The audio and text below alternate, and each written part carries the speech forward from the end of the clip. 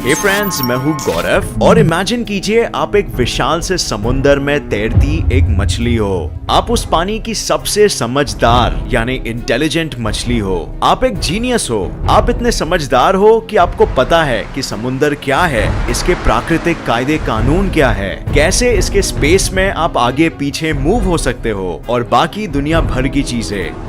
कितने इंटेलिजेंट हो आप। आपने पूरे ब्रह्मांड का ज्ञान हासिल कर लिया है। जैसे ही आप ये सोच रहे थे वैसे ही एक इंसानी हाथ ऊपर से निकलता है और आपको जकड़े ऊपर ले जाता है। आपको ऊपर एक ऐसी दुनिया दिखती है जिसके बारे में आपने सपनों में भी नहीं सोचा था। आप देख रहे हो जीव जिन्हें पानी की जरूरत ही नहीं है सांस लेने में। आप देख रहे हो जीव जिन्हें फिन्स की जरूरत नहीं है मूव होने के लिए। और आप देख रहे हो एक ऐसी दुनिया जो नीचे की दुनिया से बिल्कुल अलग है। अब इमेजिन कीजिए अगर आप यही सब देख के वापस नीचे अपने घर पानी में लौट पाए तो आप नीचे अपने साथी मछलियों से क्या कहेंगे कि ऊपर एक डायमेंशन में एक दूसरी दुनिया है जो हमारे वाले से कंप्लीटली डिफरेंट है, राइट?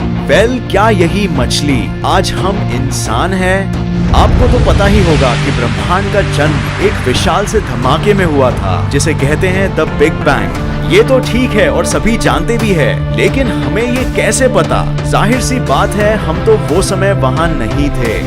जब आप रात में आसमान में देखते हो तो आपको तारों से आती हुई रोशनी में एक हल्की सी लाल रंग की झलक दिखाई देती है। इसे कहते हैं द रेड शिफ्ट और ये टेलीस्कोप्स द्वारा लिए गए फोटोग्राफ्स में अच्छे से कैप्चर होती है। रोशनी की रंग का स्पेक्ट्रम लाल रंग में तभी बदलता है जब वो रोशनी का सोर्स यानी स्रोत हमसे तेजी से दूर चले जा रहा है। ठीक वैसे ही जैसे गाड़ी के हॉर्न की आवाज आपको स्ट्रेच होते सुनाई देती है, जैसे ही वो गाड़ी आपके करीब से दूर निकलती है। इसे कहते हैं द डॉपलर शिफ्ट इफेक्ट। और आपको पता है अगर आप ब्रह्मांड के इसी चलते हुए टेप को रिवाइंड करेंगे तो आपको क्या दिखाई देगा?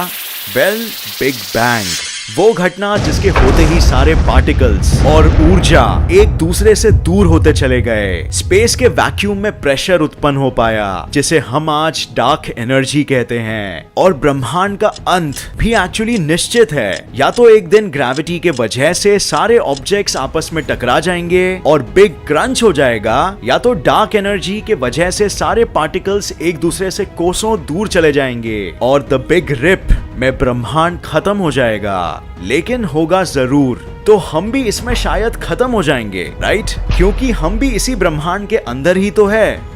इतने आसानी से नहीं। अरबों सालों बाद हम इंसान इस ब्रह्मांड को ही छोड़ देंगे और दूसरे ब्रह्मांड में चले जाएंगे। क्या? अच्छा, मजाक कर लेते हो गौरव, आप जरूर सोच रहे होगे।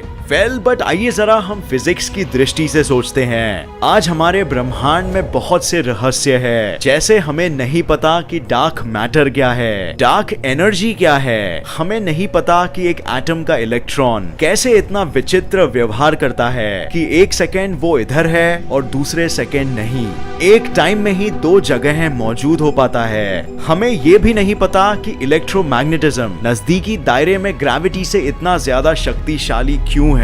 और सबसे बड़ी बात, हमें नहीं पता कि बिग बैंग क्यों हुआ। क्या ये सब चीजें इनकम्प्लीट नहीं लग रही है? ये कुछ ऐसी बात हो गई कि मछली पानी पे पड़ते सूरज की रोशनी को देख रही है और मेजर कर रही है एकदम सटीकता से, पर उसे ये नहीं पता चल रहा कि ये एग्जैक्टली क्या है और इसका स्रोत कहाँ है। पर अगर हम किसी और डायमेंशन यानी आयाम से और सभी चीजें देख पाए तो ये सभी पहलू आपस में जुड़ जाएंगे एक पजल की तरह और फिजिक्स के लॉज को हम बेहतर समझ पाएंगे।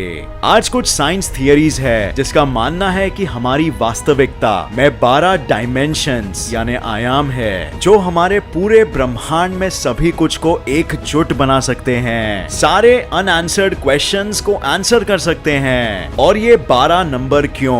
क्योंकि उससे कम या ज्यादा डायमेंशंस हुए तो ब्रह्मांड मैथमेटिकली स्टेबल नहीं रह पाएगा। इसीलिए स्ट्रिंग थियरी के कैलकुलेशंस के अनुसार 12 डायमेंशंस होना होना जरूरी है। स्ट्रिंग थियरी के बारे में अगर आपको नहीं पता था तो बेसिकली ये थियरी में मैटर यानी पार्टिकल्स को कुछ और नहीं बल्कि स्ट्रिंग्स माना गया है और उनके वाइब्रेशंस जो स्पेस में होते हैं उन्हें ऊर्जा मानी गई है। इस थियरी में एक बड़े स्तर पर माना गया है कि हमारा ब्रह्मांड एक बड़ा सा बुलबुला है जो और बहुत ऐसे ही बुलबुलों के साथ हाइपर स्पेस नाम के एक माध्यम में तैर रहा है। ये ब्रह्मांड के बुलबुले बड़े होते रहते हैं जैसे कोई भी आम सा गुब्बारा हवा भरने पर आकार में बढ़ने लगता है। हम इस बुलबुले में बैठी एक मक्खी की तरह है। जिस तरह से हमारा यूनिवर्स का बुलबुला एक्सपैंड हो रहा है और सितारे और सभी दूसरे ऑब्जेक्ट्स एक दूसरे से दूर जा रहे हैं, बिल्कुल यही सेम चीज आपको एक गुब्बारे में भी देखने मिलेगी। जब आप उसे एक्सपैंड करोगे तो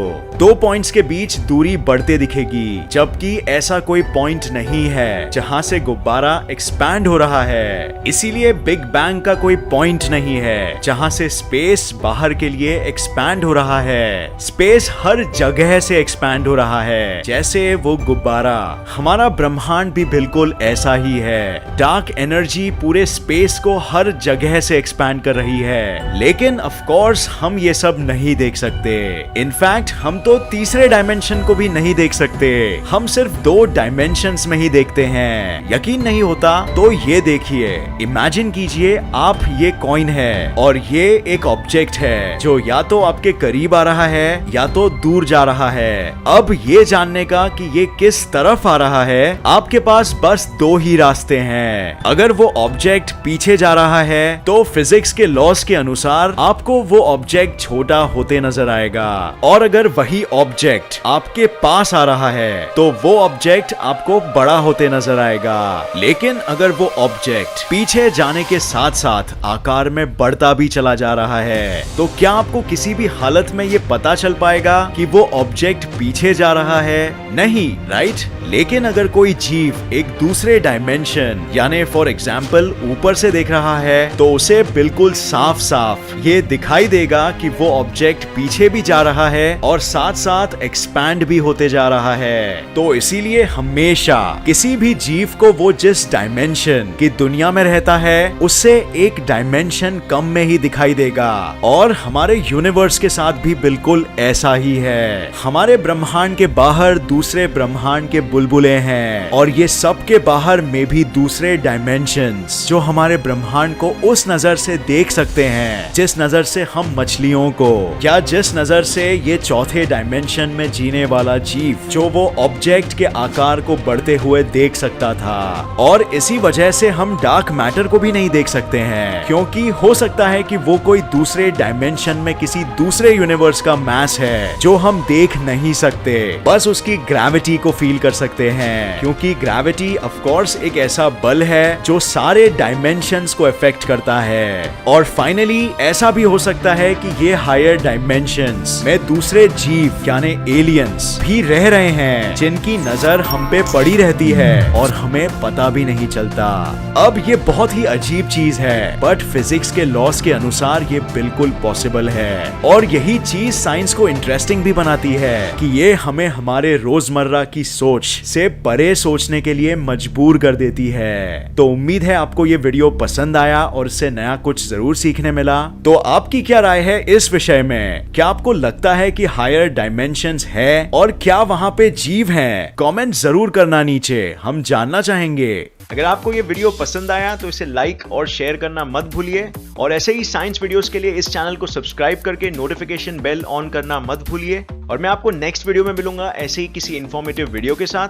तब तक के लिए देखते रहिए और सीखते रहिए। जय हिंद।